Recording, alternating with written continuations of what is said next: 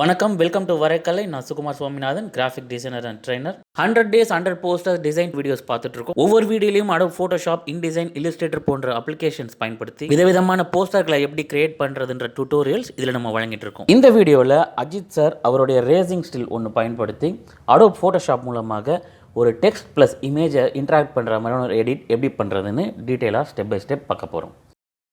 So இந்த image நான் இன்டர்நெட்லேருந்து எடுத்தேன், thanks to the original image owner. So இப்போ இந்த இமேஜை காப்பி பண்ணி ஃபோட்டோஷாப்பில் நம்ம பேஸ்ட் பண்ணியிருக்கோம். அஜித் சாரையும் காரையும் பேக்ரவுண்ட்லையும் தனியாக நம்ம எக்ஸ்ட்ராக்ட் பண்ணணும். ஸோ அதுக்கு நான் பென் டூல் எடுக்கிறேன். பென் டூல் எடுத்துகிட்டு அவுட்லைன்ஸ் நான் ட்ரேஸ் பண்ணுறேன்.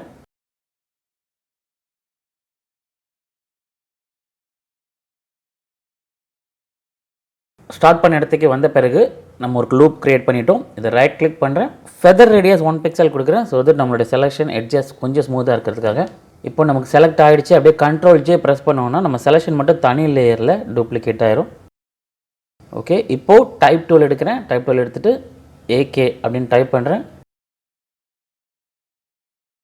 ஒரு பெட்டரான ஃபாண்ட் சூஸ் பண்ணுறேன், கொஞ்சம் ஷார்ப்பாக க்ளீனாக.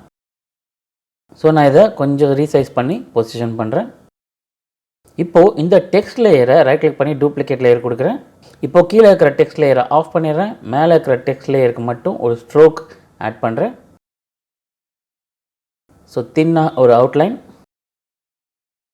இப்போது அந்த லேயருடைய ஃபில்லை 0% வச்சோம்னா நமக்கு உள்ளே இருக்கிற ஃபில் கலர் எம்டி ஆகிட்டு நமக்கு வெறும் அவுட்லைன் மட்டும் ரிட்டைன் ஆகும். இப்போ பாருங்கள், நம்ம ஒரிஜினல் டெக்ஸ்ட் வந்து கீழே இருக்குது, அதில் வெறும் ஃபில் இருக்குது. மேலே பார்த்திங்கன்னா நம்மளுடைய ஸ்ட்ரோக் மட்டும் இருக்குது. இப்போ இந்த ஃபில் கலரோடு இருக்கிற டெக்ஸ்ட் லேயரை நம்ம ஏற்கனவே எக்ஸ்ட்ராக்ட் பண்ணி வச்ச இமேஜ் லேயருக்கு பின்னாடி கொண்டு போகிறோம். ஸோ இந்த இமேஜுக்கு மேலே ஸ்ட்ரோக் டெக்ஸ்ட்டும் கீழே ஃபில் டெக்ஸ்ட்டும் இருக்குது. இப்போது கண்ட்ரோல் ஹோல்ட் பண்ணிவிட்டு இந்த 2 லேயரை மட்டும் செலக்ட் பண்ணிவிட்டு கீழே இந்த லிங்க் ஐக்கானை கிளிக் பண்ணோன்னா 2 லிங்க் ஆகிடும்.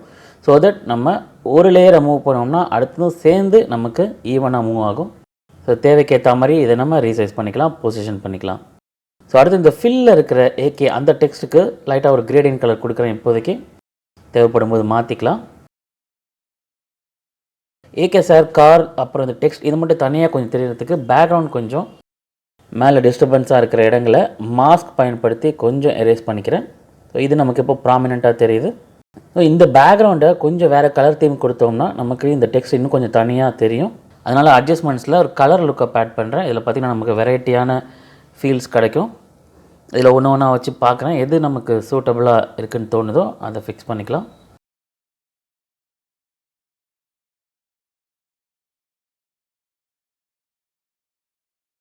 ஓகே, இந்த பர்டிகுலர் லுக் ஓகேவாக இருக்குது.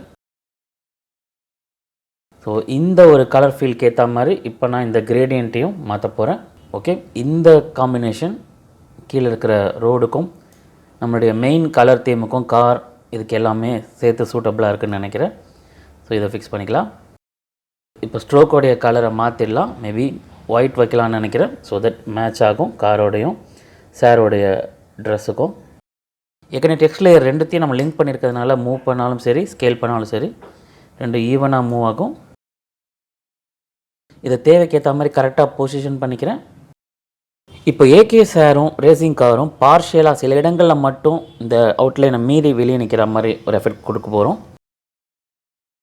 அதுக்கு நம்ம இந்த அவுட்லைன் லேயரை மாஸ்க் பயன்படுத்தணும். அதுக்கு வந்து ரைட் கிளிக் பண்ணி ரேஸ்டரைஸ் லேயர் கொடுக்குறேன். ஸோ இப்போ கிட்டத்தட்ட அது ஒரு இமேஜ் ஆகிடுச்சு. இதுக்கு மேலே அதை நம்ம டெக்ஸ்ட்டாக எடிட் பண்ண முடியாது, பட் நம்ம மாஸ்க் அப்ளை பண்ணிக்கலாம். நான் மாஸ்க் ஆட் பண்ணுறேன். பிளாக் கலர் வச்சுட்டு ப்ரஷ் எடுத்தோம்னா நம்ம எரேஸ் பண்ணோம்னா அங்கே எரேஸ் ஆகும். இதே ஒயிட் வச்சுட்டு நம்ம அதே இடத்துல போய் ப்ரஷ் பண்ணோன்னா ரெக்கவர் ஆகும். இதுதான் நம்மளுடைய கான்செப்ட். ஸோ இதை பயன்படுத்தி இப்போது சாரும் காரும் நமக்கு அவுட்லைனை மீறி சில இடங்களில் நிற்கிற மாதிரியான ஒரு எஃபெக்ட் நான் கொடுக்குறேன்.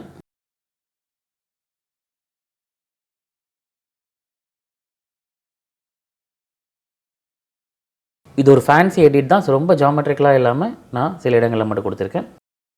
அகெயின் சார் நிற்கிற அந்த ஃப்ளோரில் ரொம்ப ஃபில் கலர் இருக்குது. அது ரோடோட கொஞ்சம் பிளண்டாக நல்லாயிருக்கும். அதுக்கு பிளண்டிங் ஆப்ஷன்ஸில் பிளண்ட் இஃபில் அண்டர்லைங் லேயரை கொஞ்சம் அட்ஜஸ்ட் பண்ணுவோம். ஆல்ட் ஹோல்ட் பண்ணிகிட்டே பண்ணும்போது இந்த ட்ரான்சிஷனும் கொஞ்சம் ஸ்மூத்தாக இருக்கும். ஓகே, இது பெட்டராக இருக்குது. இந்த எடிட்டை இதோட முடிச்சுக்கலாம்னு நினைக்கிறேன். ஃபோட்டோஷாப்பில் நீங்கள் ஒரு பிகினராக இருக்கீங்கன்னா இதை செஞ்சு பார்க்குறதுக்கு உங்களுக்கும் எளிமையாக இருக்கும்னு நான் நம்புகிறேன். நீங்களும் இதே போல் ஒரு ஸ்டில்லை பயன்படுத்தி ஃபோட்டோஷாப்பில் எடிட் பண்ணிங்கன்னா அதை இன்ஸ்டாகிராமில் போஸ்ட் பண்ணிவிட்டு என்னை டேக் பண்ண மறக்காதீங்க. இந்த வீடியோவில் உங்களுக்கு ஏதாவது சந்தேகம் இருந்தால் கமெண்ட்டில் கேளுங்க, நிச்சயமாக நான் பதிலளிக்க முயற்சி பண்ணுறேன். இது தவிர 1-to-1 training in Adobe Photoshop, Illustrator, InDesign and Premiere Pro நான் வழங்கிட்டு இருக்கேன். உங்களுக்கு தனிப்பட்ட முறையில் பயிற்சி தேவைப்பட்டால் என்னை கான்டாக்ட் பண்ணுங்கள். என்னுடைய டீட்டெயில்ஸ் டிஸ்கிரிப்ஷனில் கொடுத்துருக்கேன். மீண்டும் மறைக்காலையில் சந்திப்போம். சுகுமார் சுவாமிநாதன்.